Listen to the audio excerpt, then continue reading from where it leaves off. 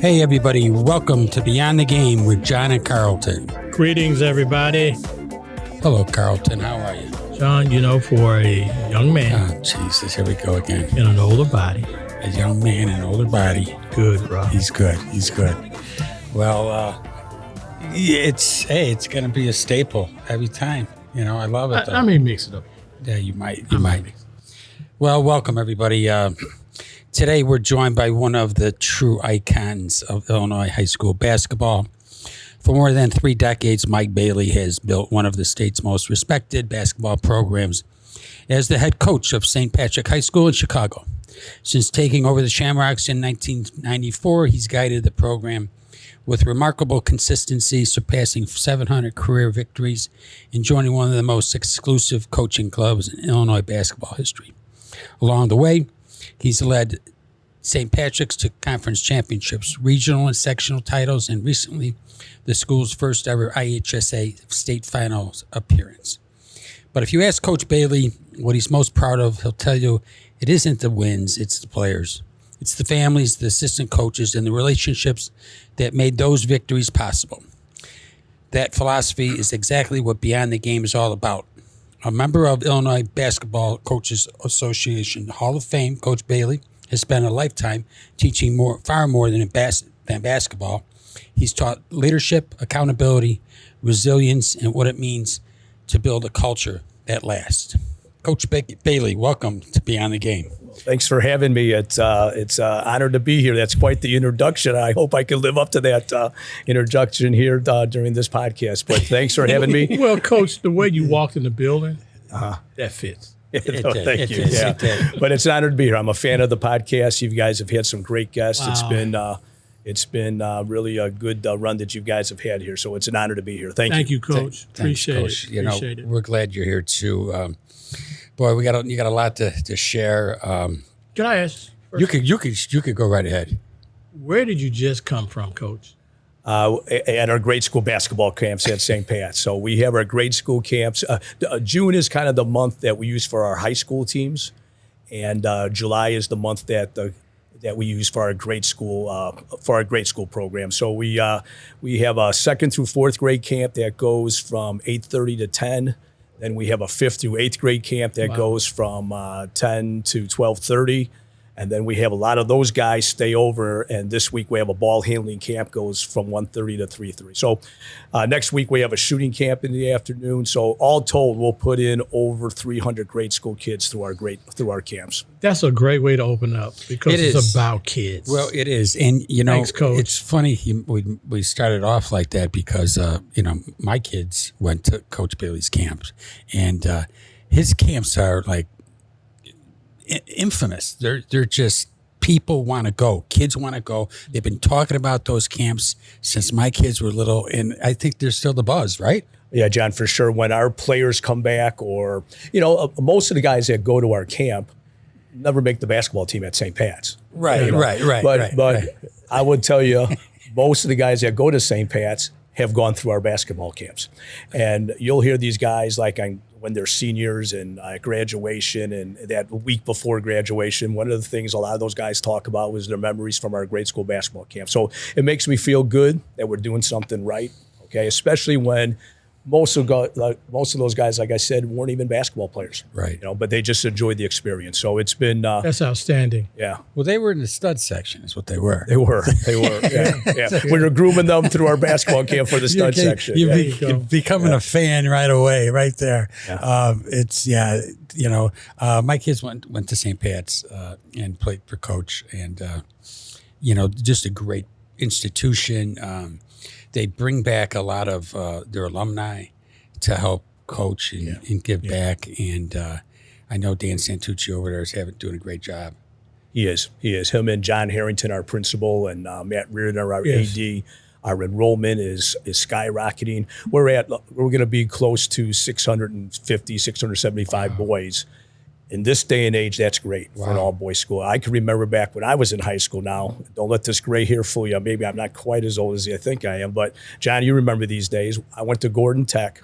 When I was at Gordon Tech, there's 3,000 boys at Gordon Tech High School. right? There was 900 boys in my graduating class. We had to graduate from Erie Crown Theater in 2 different segments. Yeah. Those days, obviously, Wow. and listen, back then, St. Pat's probably had 1,800 boys. Weber had 1,000 boys. All these Carlton, all these schools around were just loaded with kids and all that. So in this day and age, To have those numbers. unfortunately, so many really great high schools have closed or have had to gone co-ed to keep Yes, alive. yes. To be 650 all boys with Notre Dame High School just a couple miles away, who's Do well too. doing well too. I think it says a lot about St. Pat's. It says a lot about Notre Dame too. Absolutely. No, you guys, it's a great competitive rivalry that you guys built both on and off the court. I think, and I think you both feed off each other. We do, yeah. So what I always tell people, like people ask me, Carlton, about the Pats Notre Dame rivalry. Yes. It's one of the classic rivalries really in the state of Illinois, right, John? It is. But here's what I tell people all the time. You know what? Every high school's got their rivalry. If you talk to Marist and Brother Rice, Fenwick and St. Ignatius, I'll go back to the schools I've been at.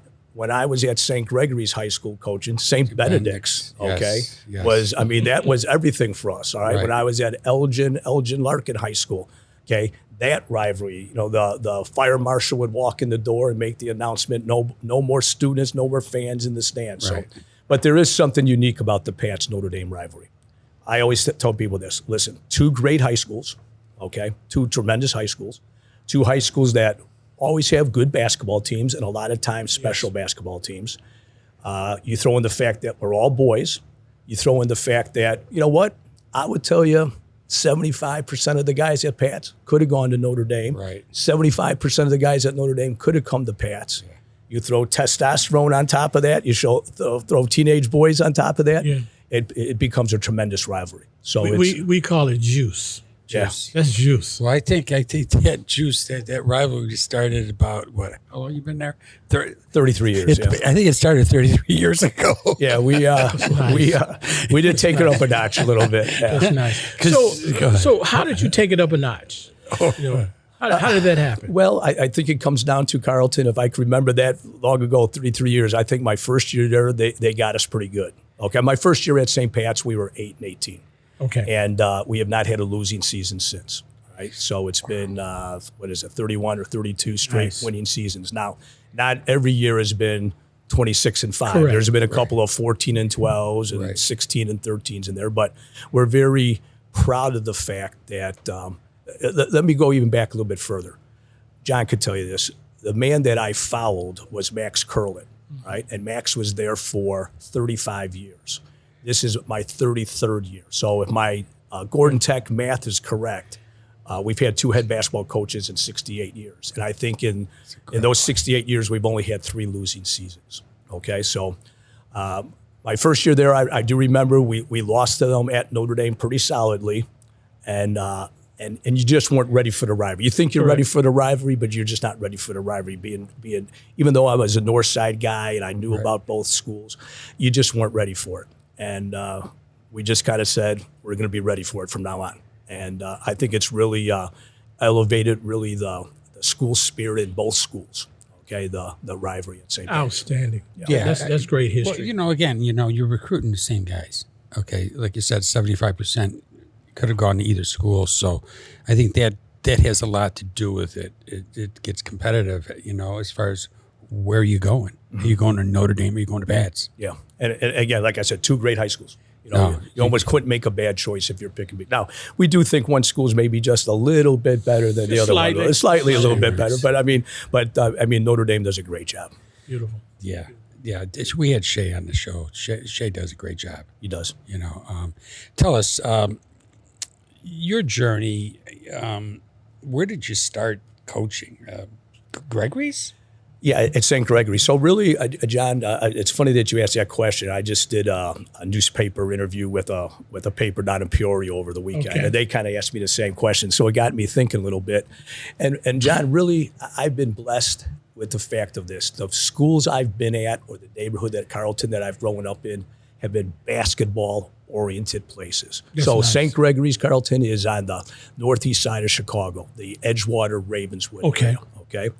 And back in those days, you didn't say Edgewater or Ravenswood. You said your parish. Right. I'm from Our Lady of Sorrows. I'm from St. Angela's. I'm from St. Gregory's. I'm from St. Edith's. And immediately people in Chicago would know what neighborhood you were from. Right. So the unique thing about St. Gregory's was a couple of things. There was no baseball fields or grass fields around St. Gregory's. You would have to go, right, John? You would have to go Chase Park, Chase Park, maybe Winnemac Park. Sen Playlot or something. So if you're going to go play like Little League baseball or tackle football, those types of things, there was just none of that around St. Gregory's. No.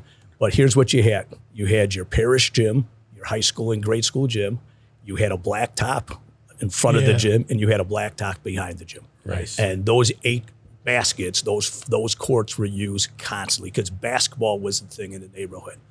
Right? The other unique thing about St. Gregory's was this, that made it kind of a special place for basketball, was you had your church, your parish, you had your K through 8 grade school, but then you had a high school there. Okay, we played in what's called the Parish League. So it would be for some schools that maybe are a little bit small, be St. Benedict's, St. Michael's, Little Flower, Angel Guardian Orphanage, St. Gregory's. And then we would add in the seminaries, Quigley North, Quigley South. Okay. See my point? So you had all these large high schools, but then you had these smaller parish schools. And because with basketball, all these large high schools had so many boys, when you got to St. Gregory's or St. Benedict's, you had really good players there. You know, not that they weren't good, but there were so many boys at Gordon Tech. There were so many boys at Loyola. Right. So the point I'm leading to is this, when I'm in grade school on a Friday night, instead of hopping on the bus to go watch Gordon Tech play or Loyola play, you could just walk 2 or 3 blocks away and see a high school basketball game at St. Gregory's. Right. So that really kind of was a great experience for me right there. And then I went to Gordon Tech High School. From the grade school there, I went to Gordon Tech. Right. So here's the coaches, Carlton, at Gordon Tech when I was in high school.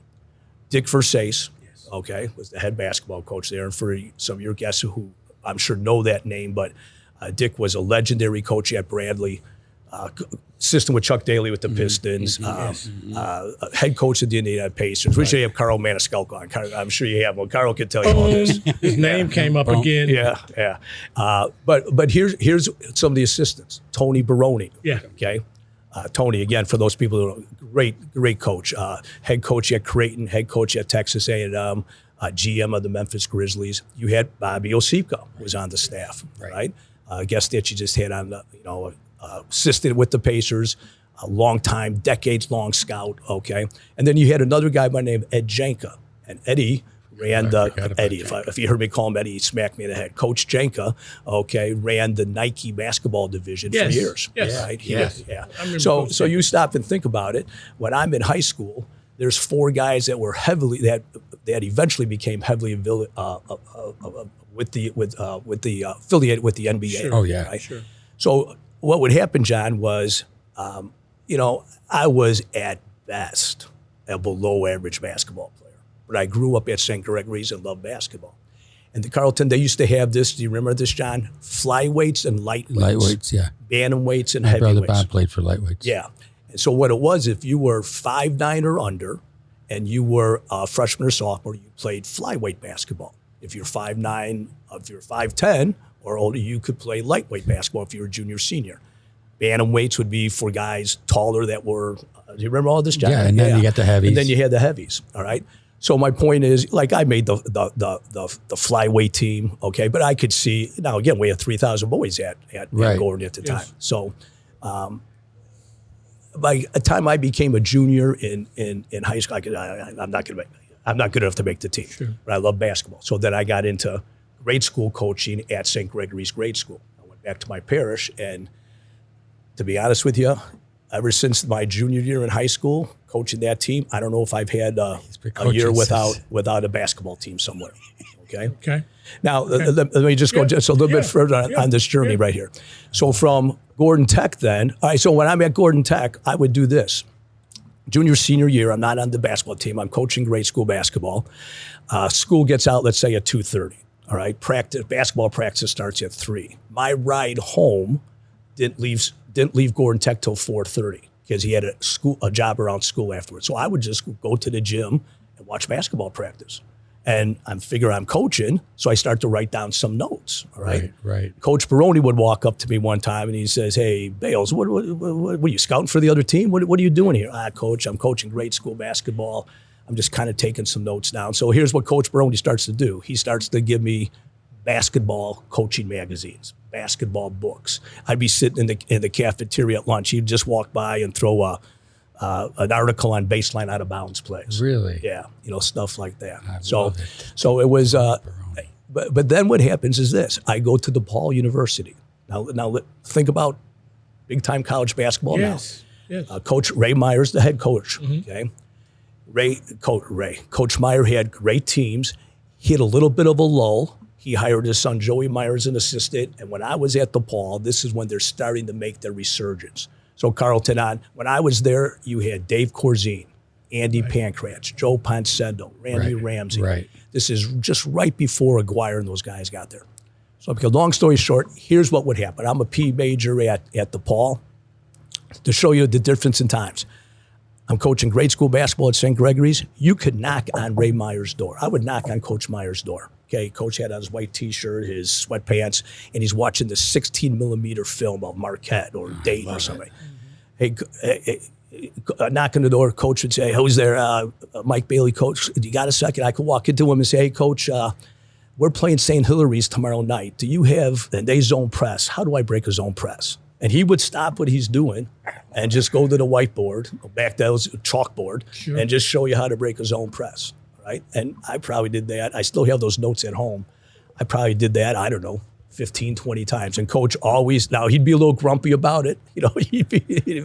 I'd see him like 2 days later walking in the gym. "Bailey, how'd we do against St. Hilary's?" "Coach, we lost 12-10. I knew you'd screw it up," that type of thing. Yeah, but my point is this, when I was growing up, the environment that I was in, St. Gregory's, Gordon Tech, DePaul University, these were just basketball hotbeds. In an abundance of ball. Yeah. And what's beautiful about it is the availability of the men that you had around you that were ready to just give you a magazine or, stop although they may have been grumpy. Yeah. Clean off the whiteboard or the chalkboard and give you a play. That's amazing. Yeah, just coaches giving back to other coaches. Yeah, and who was I? I was just some 6th grade, 7th grade basketball coach grade school basketball coach at St. Gregory's. But truly, what's turned out to be some of the legends of the game: Coach Meyer, Coach Versace, Coach Baroni, Coach Osipka. Sure. Those guys were always willing to share with just some little snot-nosed kid running around trying to coach basketball. Wow. Outstanding. Yeah. Well, you probably got some more legends after you left. Your first high school job was where? Well, I went back to St. Gregory's. After that? Yeah, so a guy by the name of John Leonard was the head basketball coach at St. Gregory's. And John was, I was coaching grade school basketball for St. Gregory's in the grade school. And then before I even graduated from DePaul, like that year before, he hires me as the freshman basketball coach at St. Gregory's.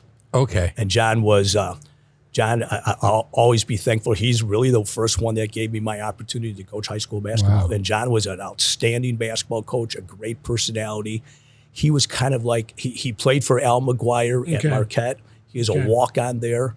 He was like one of what Al used to have is termed the scrambled eggs. So he would take like some of his walk-ons and maybe scholarship players that didn't play a lot, and the team is just flat. He'll put them on the court for 2 minutes, and they would just trap, and scramble the game. And a lot of times got them back in the game. Yeah. Right? But John was an innovative coach. He would do things like this. He would like play a triangle and 2 defense, but they would put 2 guys on Carlton because he was the best player, and stuff you think back and you look back at it now, you say, boy, that was pretty smart. Pretty innovative. Yeah, pretty innovative back for the time and other. But good guy, really good basketball coach that a lot of people don't know about, and really just a fun guy to be around, a guy that you just go out with after practice and after the game and have a couple of beers, and you were always talking basketball. Sure. Well, especially if he played for Al McGuire. Yeah. I mean, just that alone right there.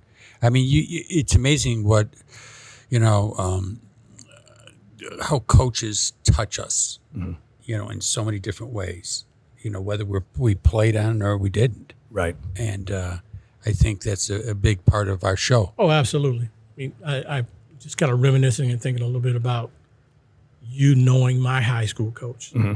I'm from Macon, Georgia. You're from the city of Chicago. Yep. Right. How does that happen? It only happens in what I call the basketball fraternity. Yeah.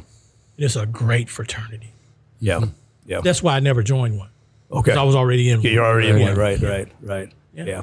And Carlton, you see that a lot. I've been fortunate to work at a lot of basketball camps, and just what you said, I will meet coaches from every part of the United States. You know, at different basketball camps that when I was younger that I used to work at. And there's certainly a bond that kind of develops upon guys, you know, and there'll be some guys I used to work basketball camps with, maybe at Illinois or Purdue or some camps in Maryland, whatever it might be. And I haven't seen these guys in 15 years, but you'll see them at the Final Four, and it's like you were just working stations together last week. Right. Yeah. Yeah, it's a huge fraternity, and it's everybody knows everybody at some point. Yep. Yeah, you've so you you're at Gregory's, all right, and you climbed the ladder there, right? Yeah, so I was assistant at St. Gregory's really for just a year or two, and then again, John Leonard kind of opens up the door for me for this. John's the head coach at St. Gregory's, but he was good friends with Bill Gleason. Oh, okay. Remember Bill Gleason? Sure. All right, so Loyola. Bill Gleason was a long time, Carlton. I'm sure you've heard that name Yes. at Loyola Academy, right? And what would happen is I'd be, I don't know, 21 years old, 20, 21, 22, and all these high school basketball coaches after their games, because John Leonard was the coach at Gregory's, he would bring me along with him. And we would go to this place called the Candlelight Restaurant, right? The Candlelight. And on the north side of Chicago. Okay. And on game night, when the games were over, it was just every high school basketball coach, it seemed, in the world would come in and referees and athletic directors and all that would come into the Candlelight Restaurant. Sure. I'm just a seventh grade basketball coach at St. Gregory's or a freshman basketball coach at St. Gregory's, and I would just go and sit on the periphery or stand on the periphery and listen to these guys talk. And they would X and O on the placemats and all that. I can remember as soon as they were done, I'd grab the placemat. There you all go. right? And go. I still have some of those back in one of my boxes back in my office at home. But through John Leonard and St. Gregory's, then you meet guys like Eddie Collins, okay, Right. Bill Gleason, and then it just those guys. Then through Bill Gleason, you meet Doug Bruno, Right. who's now or was the all-time winningest girls coach at DePaul University, and just a legend in Chicago. So, but I can remember those days in the Candlelight on Fridays and Saturdays after the high school basketball games, and it would just be standing there. It was a coach's clinic that you didn't pay for.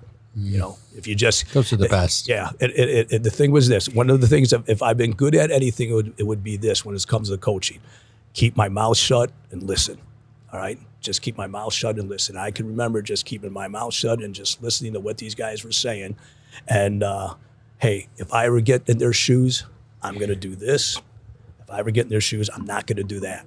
You know, Right. that type of thing. Well, So, I know you're running those clinics somewhere in some drinking establishment. yeah, well, we like to call it Diet Cokes. We like to have some Diet Cokes every now and then, yeah. So as you have developed, as you were developing, as a young coach, what was going on in your mind and in your imagination? What were you imagining? Yeah, Carl, a good question. You know, I think it was like I never had any idea of like I'm going to be fortunate enough to be around programs that have won 700 games or make it downstate. I've never really, I've always looked at it as I want to coach. I enjoy being in Catholic schools. Okay, I'm a Catholic school. I went to grade school, high school, college, Catholic university. I'm a product of Catholic school education. I want to be a head coach. I know that. I want to be a head coach. But when you first get into it and you're moving up the ladder, you're just almost trying to survive for the next day, much less, I want to make it in the back of your mind, boy, I'd love to make it downstate. I'd love to win a state championship and all that. But really for me, it was more just taking it day by day and seeing if I could grow as a coach. Thank you for that. Well, you've built a great program over there at St. Pat's. the victories have shown, all the players and coaches that have gone through there. Let's touch on your coaching tree a little bit, because it's pretty impressive. And, I mean, the reputation Mike had as far as coaching growing up here was, if you want to learn basketball, you want to be a part of Mike Bailey's program. And that's the truth, Mike. Okay. And it's evident, because let's just share some names of guys that are now coaching, that coached under you. And they're coming back, I heard. Yeah. So again, you start naming names and you forget somebody and all that. But I mean, certainly Gene Heitkamp at Bennett, right? Matt Monroe at St. Ignatius, okay. Timmy Trendo's out at Providence, right? Chris Miraz, who played for us and coached for us over at Ridgewood, right? Chaz Taft was at Fenton. Now he's kind of coming back with us right here. Okay. Paul Bjorkness. St. Vitus girls team went downstate last year. Right, He's the coach over at St. Vitus with the girls. Ronnie Ashlaw up in Waukegan. Okay, he played for us at St. Gregory's and then coached with us at St. Pat's. Johnny, who am I missing? I'm missing a couple of guys. Serge Murillo, who was with us at Pat's. He's at Maine East. Maine East, and he's trying to break it. He's coaching. He's coaching with the Nicaraguan national team right now. Is he? This summer? Yeah. Oh, nice. Yeah. Nice. So that's pretty cool. Yeah, he's coaching with a guy, Mario Casamajor. Mario went to St. Pat's, coached with us for a few years, and then he moved on to the to the Miami Heat video room. So he's with the Miami Heat. He's been with Miami Heat for about 10 years. Really, I didn't know this guy. Yeah. He was with us a couple of years. Yeah. Nice. But never played basketball at St. Pat's. St. Eugene's kid, loved basketball. We kind of brought him on, did a bang-up job for us for a few years, and then he just moved on, talked to the right people, moved on he's with the Miami Heat now. Nice. Yeah. Nice. Well, on a Friday night, there was no place better than be at St. Pat's gym. I mean, the place was rocking. Oh my God. And the hype, the excitement, it was real.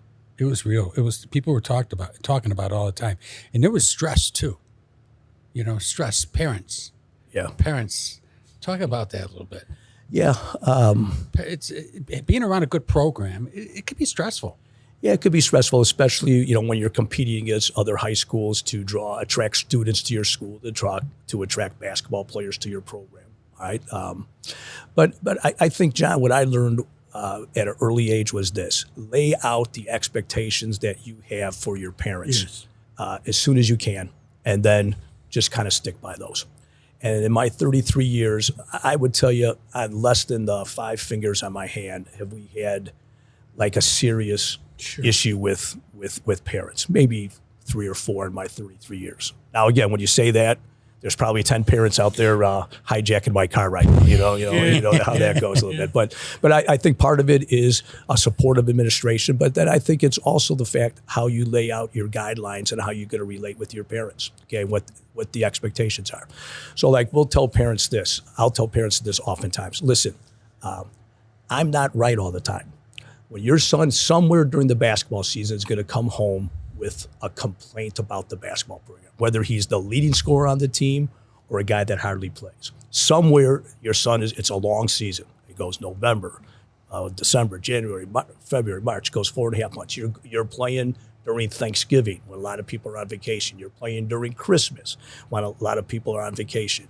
You're playing, it's snowing, it's cold out. Somewhere, okay, your son's going to come home and be disgruntled, disappointed about basketball. My advice always to parents is this: don't take sides, okay? When I was growing up, the teacher, the coach was always right. I tell our parents, I'm not always right. Just about every night when I drive home, okay, from practice, I should have said this a little bit differently. My body language with this kid wasn't good. Mm-hmm. I was being a little sarcastic, but I think this, and joking around, but I think this kid took it the wrong way, Yeah. So my point to parents is, I'm not always right, okay? But your son isn't always right either. And your son, when he comes home, he's not lying to you. You know what he's being? He's being a teenage boy. All right, he's probably holding something back. So my point always to parents is this: stay neutral and encourage your son to come back and talk to his coach. Okay. Right. I think in any relationship, marriage, work, coach, player, it's if you have open communication, 9 times out of 10 that problem is going to get solved. Right? That's an awesome way of teaching that young man. Speak for yourself. Yes. Yes. Well, usually that's the case, though, man. I mean, you know, my kids are going to come up and say, "Dad, Mom, just literally shut up. Yeah. All right? Don't stay out of it." Yeah, that's what a lot of guys will do. But also, I'll get this sometimes. I'll get a parent will come up to me, or I'll get a phone call, or I'll get an email. Hey, coach, if my son knew I was calling you, he'd be upset. He'd be mad. So don't let my son know that. And what I do is this.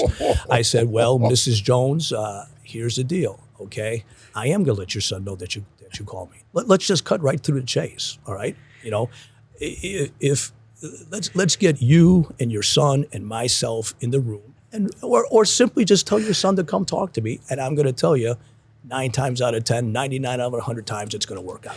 All right. But, you know, I'll have parents do that, or I'll have parents sometimes say, hey, coach, you know, my son's really a hard worker. You know, he does this, this, and this. And my reply always back is, well, to make our team, he's got to be a hard worker. Well, you know, do you know what this boy does, you know, after hours? You know what? Hey, we're not going to talk about anybody else's son. We're going to talk about your son and his situation. All right.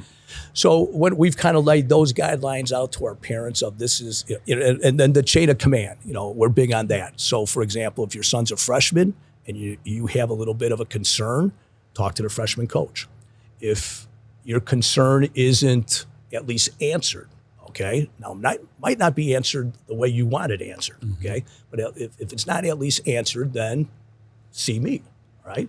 If I don't take care of your concern, okay, then see the athletic director. You don't like the athletic director? Go see the principal. Here's what the principal is going to tell you. Go talk to Mike Bailey. And that's what he's going to tell you. You know, it's going to come back. So I think we're big on with our parents of just the chain of command. But I think the main thing is Carlton, as you said, communication. Expectations. Beautiful. Yeah. What are the expectations that you have with your parents? And then just keeping the lines of communication open. All right. And it starts with the boy and the coach. What I love about that is, again, that young man coming to talk to you and understanding that there's no other way out but to talk to the coach. Right. You just answered a whole boatload of questions. Yeah. The other thing that I always try to stress with parents is this: is you're going to look at a situation what's best for your son. I'm going to have to look at a situation what's best for your son, but what's also best for the other 60 boys involved with our program. Right. Right. And I think, and again, we get great families at St. Pat's. I've been blessed to have great parents and great families in our basketball program. Like I said, 2-3 situations maybe in 33 years did it get where it had to move up the chain of command. But I do think expectations and communication, that's the key with parents. No, you're definitely spoiled, but you created that, though. You really did.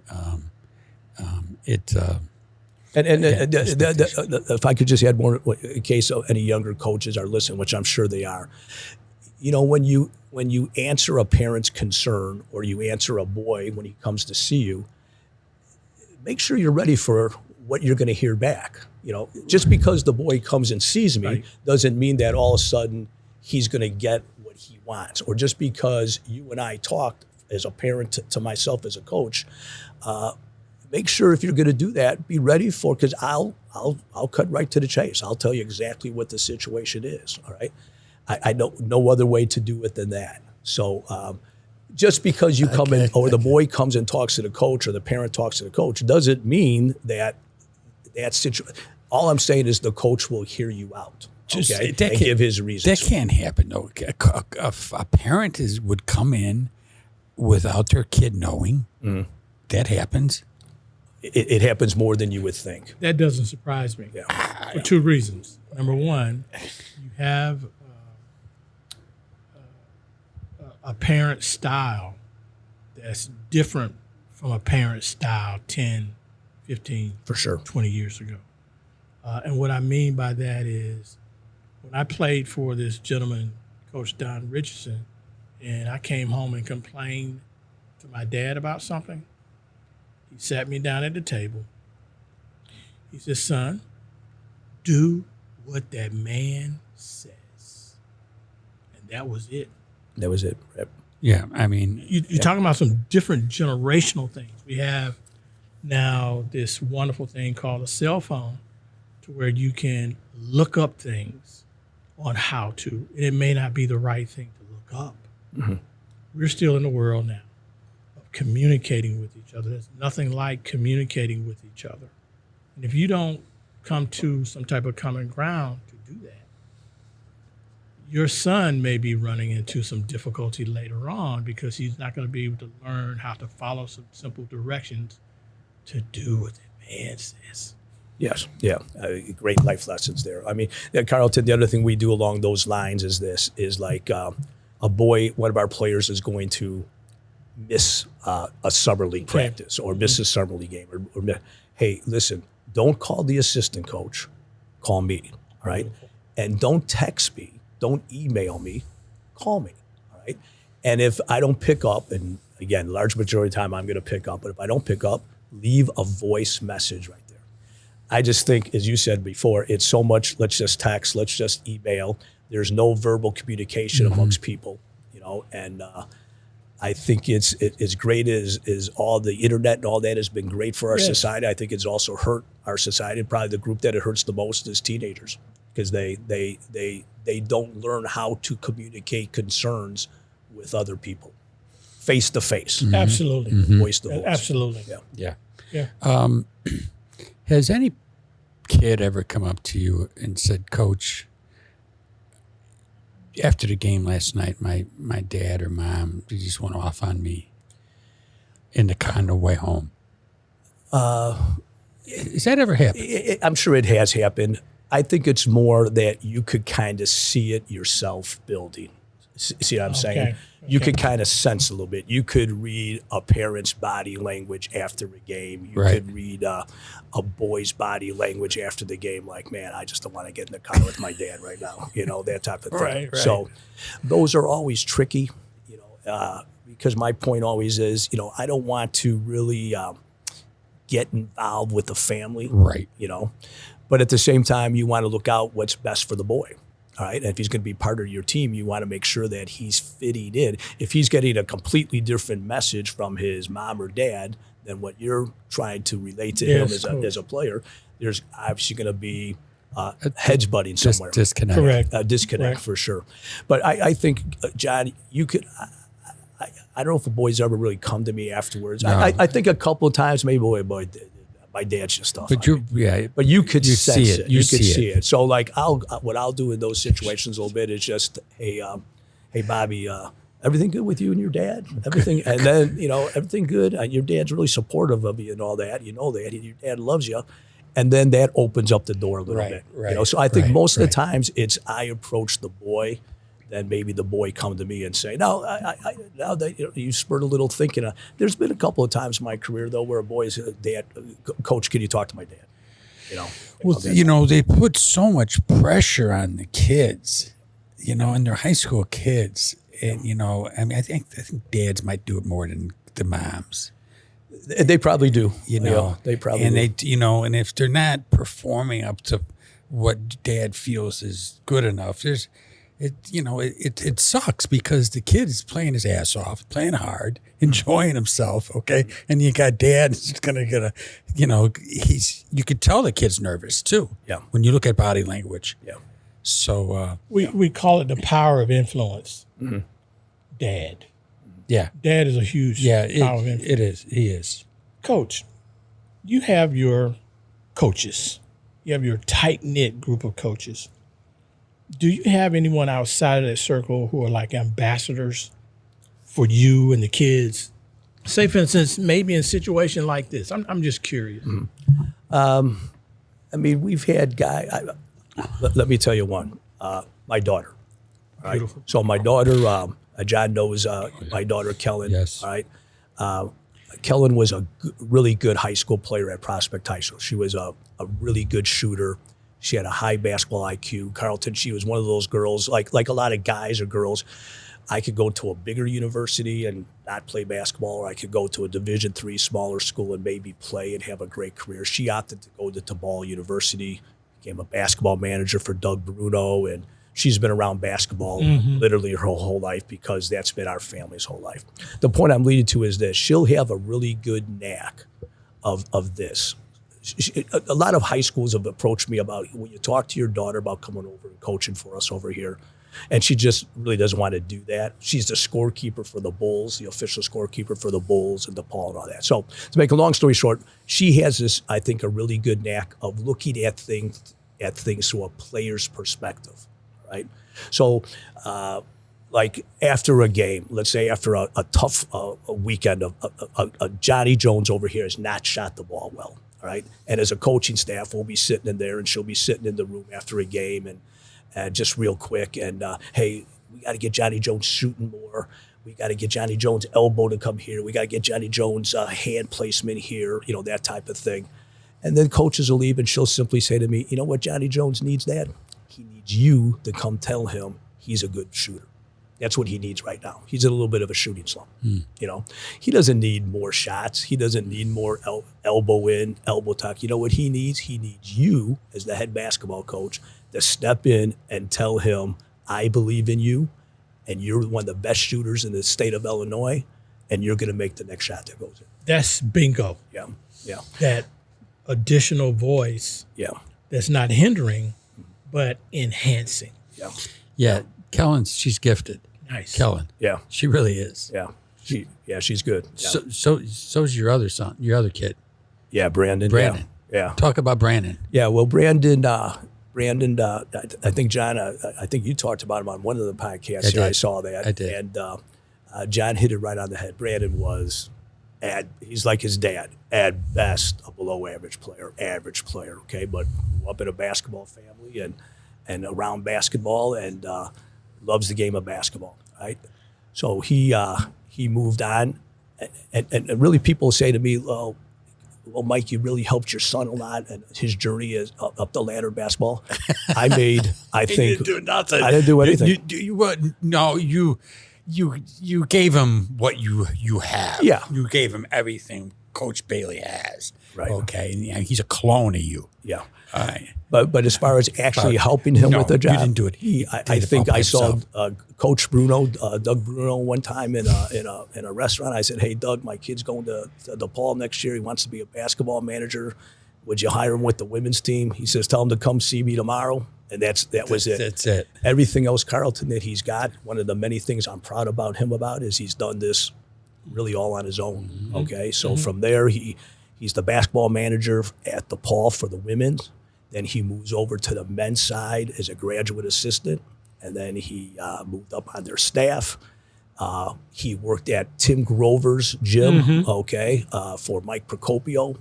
Mike Procopio was involved with the Celtics. Brandon's journey is a whole podcast in itself. It is. I have to get him on. So Mike Procopio was involved with the Celtics. He gets Brandon involved as a non-paid video room intern, where he lived in a room like half the size of this. We would send him Lou Malnati's pizzas every Sunday to make sure he had food during the week. He works his way up through the Celtics. He got hired by Doc, but then when Doc left, Brad Stevens kept him on. Comes the G League coach, for the team, comes back and kind of really influenced the defensive side with the Celtics a lot, and just kind of moved on to Ohio State and with Chris Holtman, then over to DePaul. But he has made his own mark in college and pro basketball. Nice. And to be honest with you, I would hope the Bailey name maybe opened a few doors for him, but he did this really all on his own. So just proud of both of them right there, and the job that they've done, and just the people that they've turned out to be. Congratulations. Congratulations. They're awesome. Yeah. But Carlton, if I could ask, and John would know, my wife, Carol, all right, now watch. Carlton, listen, Linda Fahey, okay? I don't know your part, but Linda Fahey and Carol Bailey, when it's their time, they go up and see the Lord, they go right in the door. John and I are probably going to have to talk to the Lord a little bit and kind of barter a little bit to get in there. I'm going to do the podcast until it happens. All right. So, but my point is this. She's been a large part of our program. Yes, sir. She'll like when Brandon gets a little cocky because the Pauls won some games, or we get a little cocky because we won a couple of games at St. Pat's. She'll remind us, don't forget who won 3 Mount Prospect Park District championships at the St. Gregory's intramurals. Okay, don't forget who's got those trophies around. But she's been obviously with me since I was coaching grade school basketball at St. Gregory's. Since grammar school. Yeah. Men, gentlemen, we all need balance.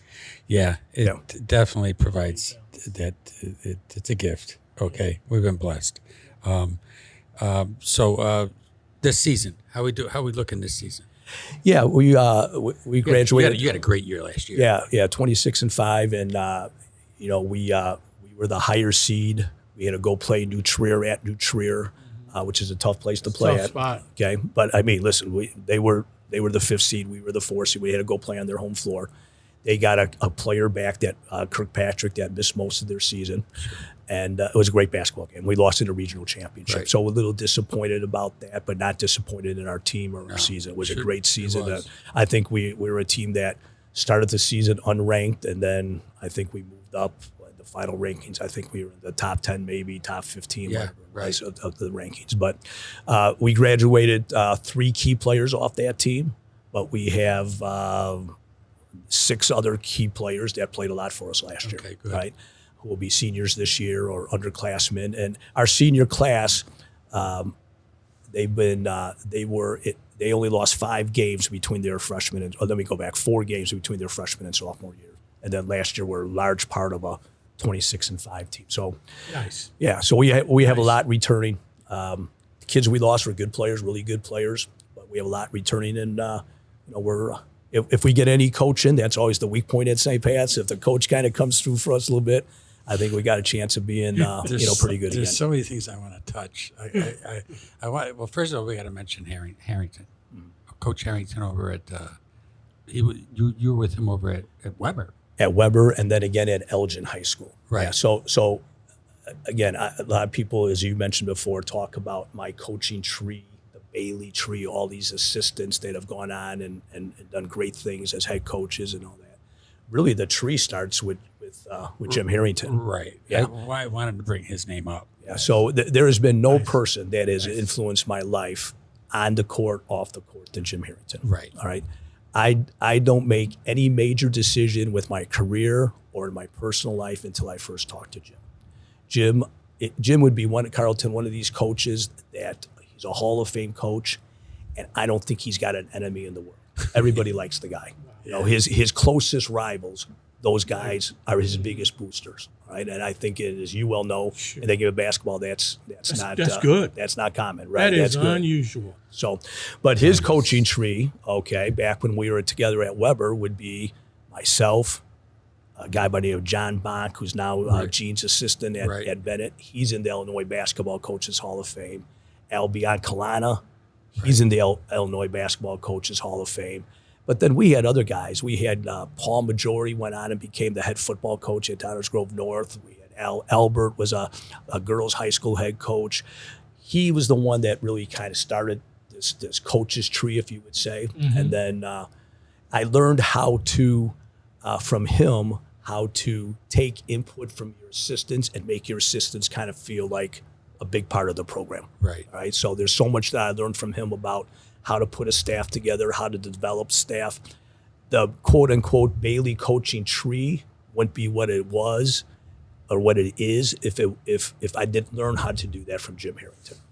Beautiful. And Well Jim's boys were great players. Yeah. His boy Dusty was one of the top scorers in Elgin basketball history, and his other son, Shawnee, played great player at Elgin and played on some of the great Illinois teams. Right. Okay, down there. So he's another one that comes from a great basketball family. Well, I didn't want to have this show without mentioning his name before we left. Yeah, thanks for doing that. Yeah. Because, there's a lot of names that pop up, when we talk, and you don't want to miss someone, especially someone like Coach Harrington. And it's funny, John, when I went to Weber High School, I had never met Coach Harrington. I didn't know who he was. Bill Gleason was the head coach at Loyola. He told me, hey, Bales, he says, there's a job open at Weber, one of the assistant jobs and a teaching job. Let me make a phone call. You will really enjoy Jim Harrington, okay, and working for Jim. And the best piece of advice anybody ever gave me was Coach Gleason telling me that. I'm glad you brought that up, too, because it reminds me of this thing called relationships and how deeply involved they are. Tell me, how has relationships helped mold you? How have relationships just really... Yeah, Carlton, a great question. Again, we told this to our players all the time. It is the key to being successful is your ability to be able to develop relationships with people. If you're going to have a successful marriage, you have to have a great relationship with your spouse. If you're going to have a really fun-loving family, well, you have to develop those relationships with your kids. If you're going to really enjoy going to work every day, you better really develop those relationships with your boss and your coworkers. Same thing on a team. We are constantly talking to our players about developing relationships with, like one of the first things we'll do at the start of the season will be this. Okay, guys, what's Carlton's dad's name? Okay. What's John Fahey's? Does the Fahey family have, if John's plays for us, okay, do they have any pets? All right. We'll just ask, and nobody knows anything. Right. Nobody knows. That's awesome. I know you as a player, but I don't know you as a person. Well, we can't develop that trust on the basketball court, that trust in the locker room until we start to get to know each other. You'll hear coaches say all the time, well, we have to develop trust. Well, trust to me starts with developing relationships. You can't develop relationships with each other till you learn about each other. Right. How many sisters does Omar have? Steve, okay, what does Steve's mother do for a job? What's her line of work? And that really what it does is starts to open up the door a little bit for these guys talking. We'll do some exercises along the way about getting them to learn about each other. But I always believe this, if you're going to have a successful team, you have to have trust. I have to trust that if I get beat, Carlton is rotating over, and John, you're covering down for Carlton. And you're not going to develop that trust on the basketball court till you have that trust with each other in the locker room and off the court. And the trust just doesn't happen. Trust happens through situations that you go through together and the relationships that you make with each other. That's beautiful. Thank you. We got a few more. I really want to talk, and I gotta ask you, okay, because you were a man-to-man, crazy man-to-man guy, and now you're playing zone. Right. Okay, what happened? Well, I think it goes back to this. I asked so many people this. I said, why is Bales going zone? Yeah. So the cultural answer to that question would be this. John, and you know this, okay, a version of this. We develop our basketball program this way, okay? Winning basketball teams really have nothing to do with basketball. It has to do with relationships, trust, communication. It has those types of things. So the reason I bring that up is this. We've been to the Super Sectionals 5 times. The first time we went, we played pressure man-to-man defense, up the line, on the line, okay? The second time we went to the Super Sectionals, we played a pack line man-to-man defense and some 2-3 zone. Okay. The last 3 times we've gone to the Super Sectional, we've played a version of a 1-3-1 zone with each one of those being just a little bit different. The point I'm leading to is this. To me, winning basketball, it doesn't matter if you're playing zone, man, you're running flex offense, you're running motion offense, you're running dribble drive offense. It comes down to how do we interact with each other? How do we relate with each other? Okay. I think those are the key things right there. So, and we talk to our players all the time about things like this. This is really the basis of our program, okay? When you walk in the locker room, check your ego at the door, okay? Learn how to fit in before you stand out, okay? We're big on that.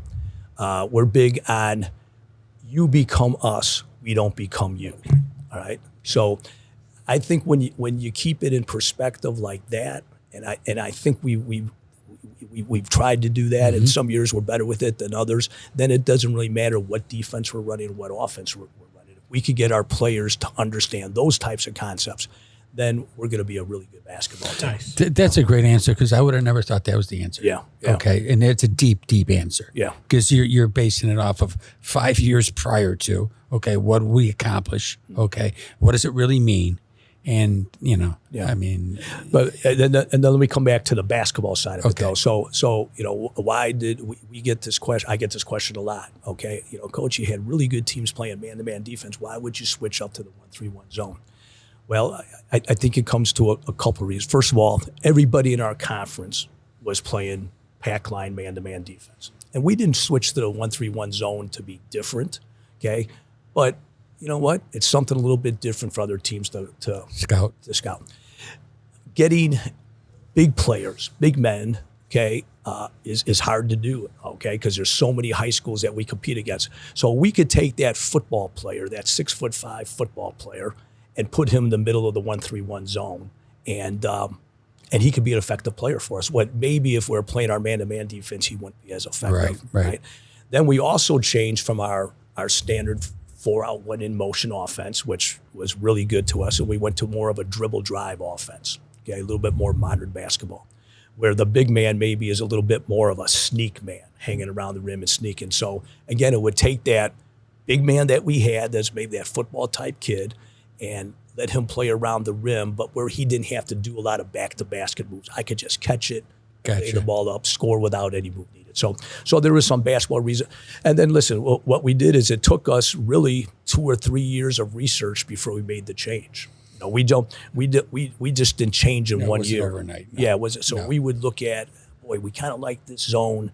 We've been a great man-to-man team. We kind of like this zone.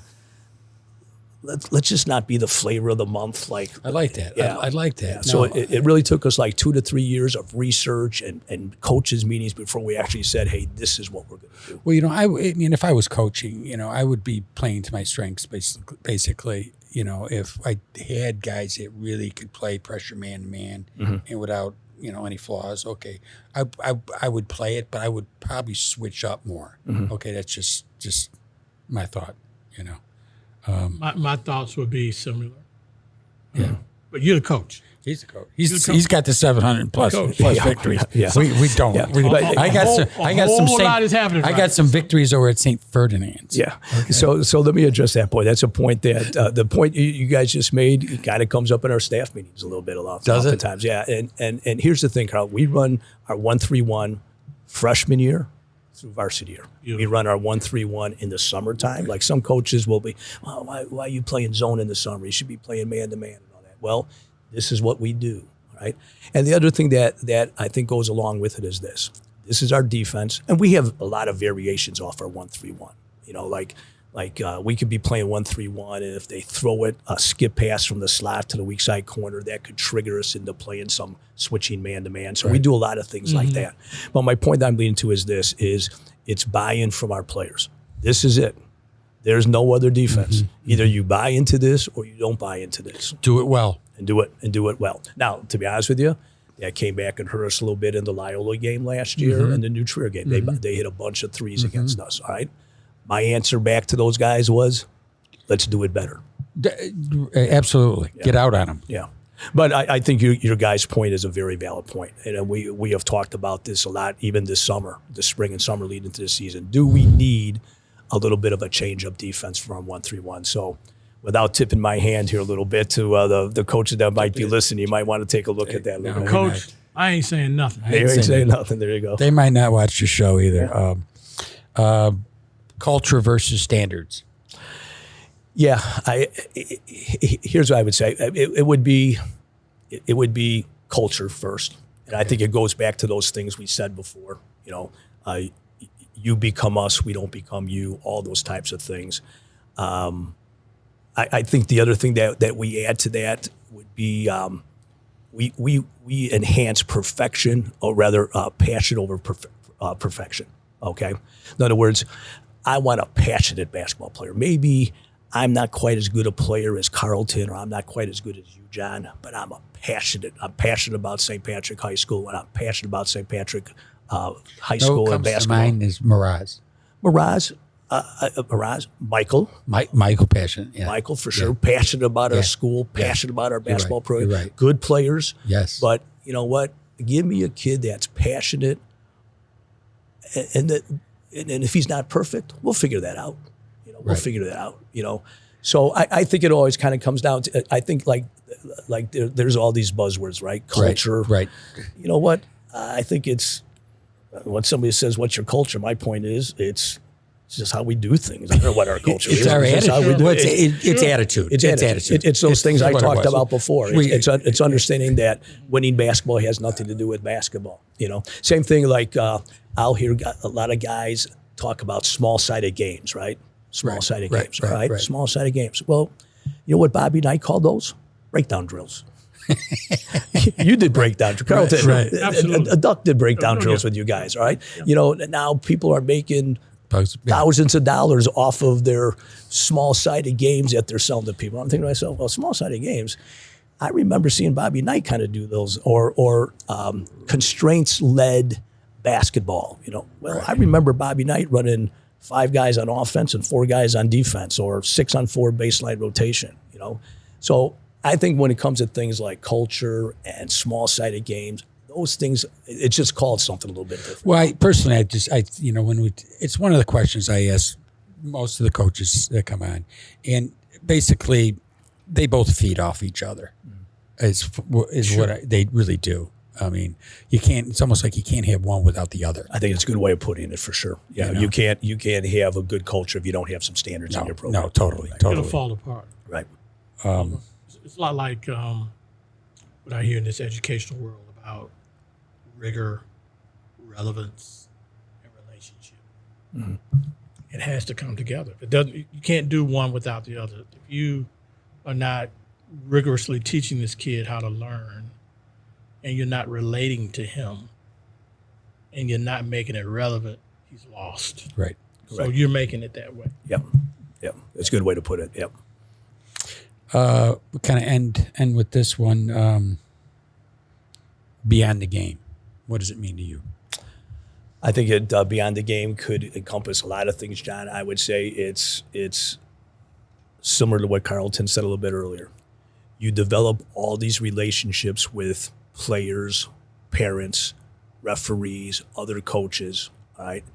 And is that really more important than winning 700 games? I think it is. I think it is, all right? And that, to me, goes beyond the game, right? The basketball community that Carlton mentioned before, if you guys ever really sat down and start, I know this guy, I know this guy, I know this lady, I know this person, and it's going to get into the hundreds, all people that you met through basketball, Right. So I think a lot of it, relationships that I have built over the year, like what my son and daughter would tell you, Dad, when people come over to our house when we were younger, it was always Al Hargesheimer, who was a baseball guy, played Major League Baseball, and then basketball coaches, right, or football coaches. That's it, right. But Dad, you were always talking about other things besides basketball with those guys because it went beyond the game. Those relationships you built with those people. Basketball is where you kind of first meet people, but if all your relationship is with that person is basketball, then I don't think you really have a relationship. Right. You have to extend it. Right. It's baseball, Cubs. Yes. That's what we would talk about. If it wasn't basketball, we'd talk about baseball. Yes. Yeah. I mean, that goes back to Jim Harrington. If we weren't talking about our basketball team, we were talking about the Cubs. Nice. Well, man, it's been awesome. It's been awesome. Thanks for coming on the show. Again, you've been an inspiration to so many kids and families, and I know my son Mike really, really has a deep connection with you, and you've done a great job over at St. Pat's. Mike, one of my all-time favorites, for sure. Yeah, you were blessed to be over at St. Pat's, and Pat's is blessed to have you. Really, that's a good way to put it. It's been a match made. It really has. So, thank you. Hey, thank you so much. Well, thanks for having me. Appreciate it. This was awesome. Well, thank you, everybody. This is John Carlton from Beyond the Game signing off. Thank you, Coach Bailey. Thanks, Coach. Okay. Take care, everybody. That was good and refreshing. That was good. That was Thank good. Take care, everybody. Bye-bye.